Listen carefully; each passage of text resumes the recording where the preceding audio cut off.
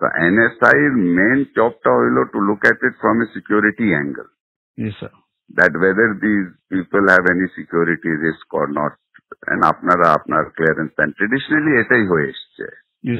আর আমরা করতেছি কি, আমাদের একটা লেড আউট পলিসি না থাকলেও আমাদের থার্ড পার্টি যারা অনেক জায়গা হয় কি, স্পেশালি আপনার সফটওয়্যার কোম্পানিগুলিতে, তারা এখানে কন্ট্রাক্ট, গভর্নমেন্টের কন্ট্রাক্ট, অন্য কন্ট্রাক্ট পায়, তারা কিন্তু as workers they bring in not direct work permit people হিসাবে, they bring in as contract workers. তো একটা কোম্পানি আপনার সাথে বোধহয় দেখা করেছিল, আপনি টাইম দিলে she will meet you again. ওটা আবার আপনি বলেছিলেন আমরা রিভিউ করে পাঠাইতে, আমি হোম মিনিস্টারকে বলে আপনাদের কাছে রিভিউতে পাঠাই দিয়েছিলাম। ওটা আপনারা আবার না করে দিয়েছেন। আপনারা করেছেন না অন দ্য গ্রাউন্ড দ্যাট বিডার কোনো পলিসি নাই এটার ব্যাপারে। ওটা তো আপনাদের দেখার ব্যাপার না, পলিসি আমার আছে কি না, that is not, you see whether the security clearance আছে কিনা, whether they are security or not secure, ওটা তো আমার ওয়ার্ক, আমি হোম মিনিস্ট্রির সাথে বিডা বুঝবে। স্যার ঠিক আছে স্যার, এখন স্যার আমি দু একটা আসপেক্ট একটু আপনাকে বলি। যে লোকটা ভাড়া দেখাচ্ছে 30,000 টাকা, বাট সে 3 লাখ টাকার বাসায় থাকতেছে, so he is not paying tax because he is showing 30,000 টাকা হাউস রেন্ট। 2,30,000 টাকার যে বাকি যে 3 লাখ টাকা যে বাসা থাকতেছে, যেটার জন্য এডিশনালি সরকারকে পে করার কথা, সে তো সেটা করছে না স্যার। তো এটা দেখার দায়িত্বটা কার? যে লোক, হ্যাঁ স্যার, এখন যে লোকের বেতন হচ্ছে অরিজিনালি 10 লাখ টাকা, সে দেখাচ্ছে 2 লাখ টাকা, বাকি 8 লাখ টাকার উপর ট্যাক্স ফাঁকি দিচ্ছে। এটা দেখার দায়িত্বটা হলো এনবিআর। এনবিআর ধরবে, এনবিআর তো ধরতেছে, এটা তো এনবিআর যে ইন্টেলিজেন্স আছে তারা ধরতেছে। না ধরছে, অনেকগুলিকে ধরেছে, অনেকগুলিকে ধরছে, এয়ারপোর্টে আমরা আটকাই দিতেছি। স্যার যে লোক আগে আসছে সে 8 লাখ টাকা বেতনে ছিল, এখন সে 2 লাখ টাকা বেতনে এখানে চাকরি করতেছে। তো বিদেশিরা এত দেশপ্রেমিক তো হয়ে যায় না যে আমার দেশে 8 লাখ টাকা বেতন ছিল 2 লাখ টাকা কাজ করবে। সুতরাং আমাদেরকে তো এগুলো যখন অবজেকশন দিয়েছি তখন সে তার বেতন আবার বাড়ায় 6 লাখ টাকা করেছে স্যার। তো সাম পয়েন্ট ওটা ঠিক আছে না, সাম পয়েন্ট এটা তাহলে আমরা বসি, let us sit down with NBR everybody, আমরা বসি, কিন্তু point is this responsibility basically is NBR. Sir, if NBR is not doing it, then you should point out to them that তোমরা করো। Sir, এটা একটু বসুন, ওর দায়িত্বটা আপনি আপনার ঘাড়ের উপরে তো নিতে পারেন না। জি স্যার, আমরা না করতে পারলে ভালো হতো স্যার।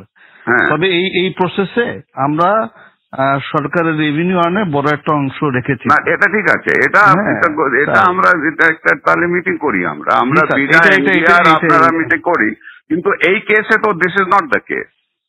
এই কেসে স্যার একটা কোম্পানি যখন একটা লোক আনে তখন তার একটা বেতন ধরে যে তার এত টাকা বেতন, এত টাকা করবে, সেই হিসাবে যদি আবার থার্ড পার্টিকে দিয়ে দেয়, তাহলে এটাকে বিডে একটা পলিসিতে আমাদের দিয়ে দিক যে না ইচ্ছা করলে সে আমি 2,000 টাকা, আমরা we have been giving this for a long time. হ্যাঁ, আমি আমাকে সিকিউরিটি ক্লিয়ারেন্স দিবেন জুবের স্যার। আপনি এখন যদি পলিসি ম্যাটারে যদি NSI is going to say you have to dictate policy to me, then it is going to be very difficult. Sir এটা একটু বলা উচিত স্যার। তাহলে আমরা সিকিউরিটি ক্লিয়ারেন্সটা তাকে, সে যে বিদেশ থেকে যখন আসবে তাকে সিকিউরিটি ক্লিয়ারেন্সটা তাহলে আমরা না দিই, আমাদের কাছে না নিল, আমাদের কাজটা খুব কমে গেল স্যার। আমরা কাজ আপনার এখন যে হোয়াট ইজ ইউর TOR, আপনার থেকে যে সিকিউরিটি ক্লিয়ারেন্সের জন্য আসে, এতদিন তো এটা তো অনেক দিন থেকে করে আসতেছে, হোয়াট ইজ ইউর আপনার টার্মস অফ রেফারেন্সটা কি?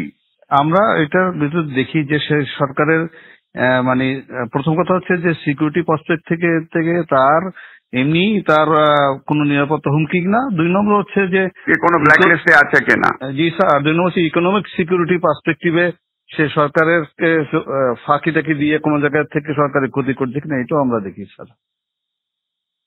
এখন আমরা যদি সরকার যদি বলে না এটা দেখার দরকার নেই, আমরা ক্লিয়ারেন্স করতেও রাজি নেই স্যার, আমাদেরকে অনেক ইম্পর্টেন্ট কাজ আছে। কিন্তু যখন একটা লোক ফাঁকি দিয়ে যার বেতন 10 লাখ টাকা, সে 2 লাখ টাকা বেতন দেখায় বিদায়ের সাথে হাত মিলায়া, সে যখন সরকারকে ফাঁকি দিচ্ছে, তখন কেউ না কেউ তো দায়িত্বটা নিতে হবে sir.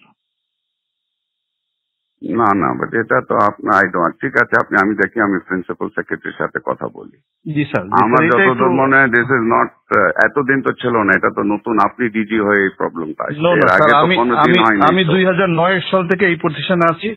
I work as director external, এবং যারা এরকম ট্যাক্সের ফাঁকি দিচ্ছে এই বিষয়গুলো সবগুলো আমরা এইভাবে করে ধরেছি, এবং আমরা যখন অবজেকশন দিয়েছি ওরা আবার বেতন বাড়ায়, যেটা লিগাল যে পায়, যে বাড়ি ভাড়া যা 3 লাখ টাকা দিয়ে করতেছে সে তখন 3 লাখ টাকা বাড়ে ওটার উপর সরকারকে ট্যাক্স দিয়েছে স্যার। চিটাগাং পোর্ট দিয়ে স্যার হাজার হাজার গাড়ি আসে, ওগুলো আটকাই, ওরা ট্যাক্স দেয়। So I am adding value tax to the government. Although এখন বলবেন যে না এটা তো রেসপন্সিবিলিটি না স্যার, এটা যদি সরকার বলে দেয় যে না এগুলো করার দরকার নেই, আমরা কিছু করবো না স্যার, আমাদের কাছে ক্লিয়ারেন্স না পাঠাইলেও তো হবে না স্যার। কিন্তু বিডা আমাদেরকে বলতে হবে যে তারা যদি জাস্টিফাই করে যে একটা লোক বিডা যদি কম্প্রোমাইজ না হয় আমাদের তো কোনো অসুবিধা নাই স্যার। আমাদেরকে একটু ক্লিয়ারলি বলে দিক স্যার যে একজনের জন্য নিয়ে এসে আরেকজনকে দিতে পারবে, বা 2-3 হাত ঘুরে এসে লোক কাজ করতে পারবে, আমাদের কোনো অসুবিধা নাই স্যার। একটা মিটিং হলে ভালো হয় স্যার, আমাদের জন্য সুবিধা হয় স্যার। আমি দেখি, আমি একটা মিটিং এর ব্যবস্থা করি, আমি প্রিন্সিপাল সেক্রেটারির সাথে কথা বলি। এটা একটা, we need to get a clear guidance on this.